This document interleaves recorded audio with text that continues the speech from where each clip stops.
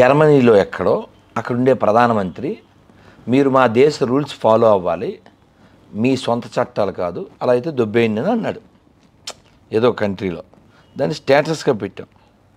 మీరు ఆ స్టేటస్ కింద ఆ పైది ఒక్కటి చదవగలరా? ఇదే సార్ రెండో పైది ఫస్ట్ది స్టేటస్ కిందే ఉంది, చదవలేవు కదా. అది వారి యొక్క సహనం. నేను అతనికి కొంత చాటింగ్ చేసి రిప్లై ఇచ్చాను. లాస్ట్ రిప్లై చూశాడు కానీ రాలేదు. చూడండి, ఎవరి మతం వాడిది, ఎవరి ఇష్టం వాడిది, ఎవరినైనా పూజించుకోవచ్చు. దేవుణ్ణి ఒక్కొక్కరు ఒక్కొక్కలా పూజించవచ్చు, అది వాళ్ళ ఇష్టం, వాళ్ళ వ్యక్తిగతం. నేను పప్పన్నం తిన్నాను, ఆడోడో పాయి తింటాడు, ఇంకోడోడో పిఐ వైవై తింటాడు. ఎవరిష్టం వాడిది. మీరు చెప్పగలరా? ఎవరిష్టం వాడిది అని చెప్పగలిగితే ఫోన్ చేయండి. అవుదా? ఎవరిష్టం వాడిదని ఒక్కడైనా చెప్పగలడా?